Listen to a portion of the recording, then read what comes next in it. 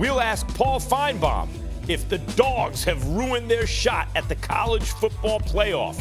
Second hour, First Take, now. What's going on, everybody? Welcome back to First Take. We're coming to you live from above the Heineken River deck at Pier 17. LeBron James said he's unaware of Hong Kong protesters trampling and burning his jersey. This coming after the King struck a nerve with his comments on China this week. LeBron was adamant that this will be the last time he'll address the turmoil between China and the NBA that resulted from Daryl Morey's tweet in support of Hong Kong. Here's the King yesterday. I plan on being here, being the captain of this team, and trying to figure out a way how we can win a championship. That's my main goal right now. I feel like I talked about it yesterday. I tweeted out a couple of responses to people not understanding, my knowledge of where it came from my brain and for me learning from the situation. I'm talking about it now, and I won't talk about it again. We're not politicians. I think it's a huge political thing, but we are leaders, and we can step up at times. But there's times where I'm not saying in this particular instance, but if you don't feel like you should speak upon things, you shouldn't have to. Here's an excerpt from esteemed columnist Christine Brennan in the USA Today. LeBron James is now a weakened messenger for whatever it is that he's going to be selling, be it products or politics. His significant voice has been diminished. This is that big of a development. It's rare that any athlete can become a quintessential 21st century cultural figure, equal parts sports superstar, and esteemed voice of a generation who throws that away in a few sentences. LeBron James, that's who. Jay Will back here with us. Wow. Stephen A., I'm going to start with you. Strong words there by Christine Brennan. How bad does this all look for LeBron? I don't think it's that bad. And allow me to explain. First of all, let me say that Christine Brennan is one of the best. One of the best in the business. I've known her for years, and I have profound respect for her. And I don't think that anything that she said is wrong when you're talking about mass appeal. But there are times when you compartmentalize things, and it's about black appeal, too. And so when you look at LeBron James speaking on this issue, let me be very, very clear about what I'm about to say. He was wrong to call Daryl Morey misinformed. Daryl Morey is not misinformed. Daryl Morey may have made a mistake by tweeting out something instead of expounding on it and speaking verbally about it. And he may have been a bit wrong in sending the tweet out instead of waiting a week or so later when folks got out of China and was back in America. But I wouldn't classify him as misinformed. Yeah, he said uneducated. Yeah, misinformed. He said misinformed too, but misinformed and uneducated. No, he was wrong about that. And when he said, think about something, not just yourself, think about others. Well, clearly, Daryl Morey was thinking about others because he was thinking about the human rights issues taking place in Hong Kong and what people were protesting. So the person that came across as a bit misinformed in that regard, in terms of what they elocuted, was LeBron James. But where I come to LeBron James' defense is this insatiable appetite for folks to clamoring for him to speak out on this particular issue. This is a geopolitical issue. You can slice it any way you want to. This is an international issue when you bring China into consideration and you think about the multitude of American businesses doing business over there in China, from Cook and Apple to Musk and Tesla, and the list goes on and on. The hundreds of companies that do business. Our government doing business with China. To ask this black man, that is LeBron James, even though he's an iconic brand and figure and all of that other stuff, to insist that we hear from him and then to meticulously go about the business of carving out every single word that he says and what he articulates and elocute and how proper or improper it was or whatever the case may be, it really rakes my nerves. And the reason why it rakes my nerves is for one simple reason. Again, I have respect. I don't think anybody that knows anything about basketball wouldn't have respect for Daryl Morey, not just as an executive. He's a good man, okay? I don't think he handled this particular situation ideally, which his own owner, Tillman Fertitta, pointed out. But I think it's important to point out, you have a middle-aged white executive who started this whole brouhaha, and then after that, obviously silenced, he gets to go sit someplace. We ain't hear a damn word from him.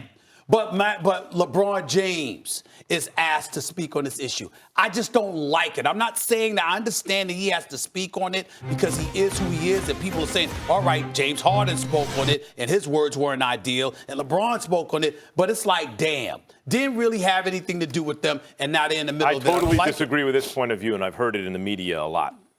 First of all, let me say, as I said yesterday, if it were an African-American you totally disagree with about the issue that Daryl Morey, the white executive, can go sit in the corner, he doesn't, and now the young black athlete has to. Okay. If Daryl Morey were an African-American executive and tweeted out the exact same thing, and the best player in the NBA happened to be like Larry Bird right now, and he had tweeted things in the past like injustice anywhere is a threat to justice everywhere, and has been a social justice warrior when the cost was low, but now the cost is high, I would also want to hear from him. Now, I understand LeBron James has $1 billion of business in China or something like that. And I would probably be very careful with what I said for a lot less money than that. But there is a name for not standing up on principles that you've always stood up for in the past when money's on the line. It's called selling out. That's what this has to be called, because that's what it is. I'm not saying that I'm holding him to that I would reach the standard of not selling out, but that's what this is. And what do I mean by that? Daryl Morey sent out a tweet. He said, the tweet was, stand with the people of Hong Kong. What he's really saying is, I support freedom. That's all he's saying is, I support freedom. Now, the timing of the tweet, I agree with LeBron. Hey, our guys are over there. We have a lot of business there. But really what we're saying is, because we know the authoritarian Chinese government is so sensitive that saying I support freedom will have them cancel business, we're saying that we should respect that and respect the authoritarianism in the government, right? Essentially, so we're saying bad Daryl Morey. Bad Daryl Morey. And even now, it's still bad Daryl Morey. The issue of Daryl Morey's timing, et cetera, has been talked about. And then it moved eventually to LeBron, because anything that goes on in basketball, people want to hear from LeBron. Just as Daryl Morey, you could say, hey, how committed was he really to this? He sent out a tweet. That's a real quick hit of dopamine. You can virtue signal, low cost, send out a tweet. Oh, my God, look at the ramifications. Now he backs off. How committed was he really to it? But LeBron, by the same token, if a threat to justice anywhere, which includes China, if injustice anywhere is a threat to justice everywhere, if you tweeted that out, so was that just a low-cost virtue signaling for you too? Or do you really believe that? Because I thought he really believed it. I lost you after you called LeBron a sellout. I mean, I think those are really strong words for a guy that's really put himself at the forefront of a lot of things going on in this country. I think. What would you call it?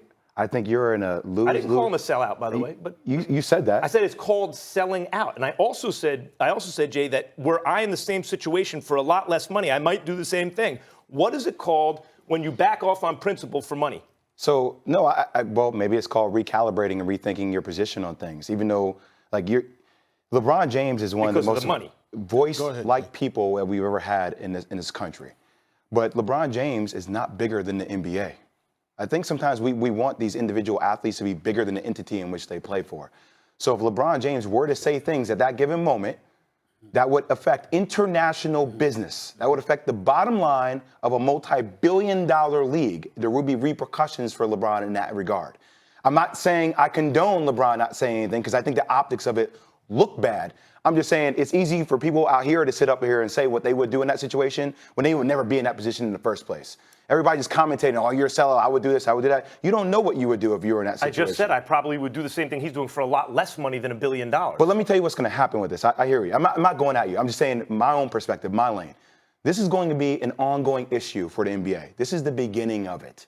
This is a traditional American-like company that is trying to build an international bandwidth. So there are issues happening in India. When we try to expand there, are we going to allow our players to talk about stuff like that? Because now we're an international platform. We're no longer a domestic platform. We allow East Canada to talk about issues happening in Turkey. Like, are we going to try to expand business in Turkey? Like, these are things that we have to now think about. That was a little different because that was connected, obviously, to his family. Do you think it would have been better if LeBron hadn't said anything? I know he was almost forced to speak, but based on how this has panned out. What happens in this, LeBron James is the best basketball player in the world. LeBron James is not the best politician in the world. Right? He's not trained to be a politician. Hold that I think you have to be tactical with your words. You have to understand that anything now, all that stuff's going to be politicized. Yeah, I'm just wondering if he came out and said this, it would have better. He didn't say anything. We'll take a commercial break. Let's take a Let's do a because we gotta commercial talk break. about that We'll in come depth. back to this. Everybody's staying here. Much more on this LeBron-China situation. Please don't go anywhere.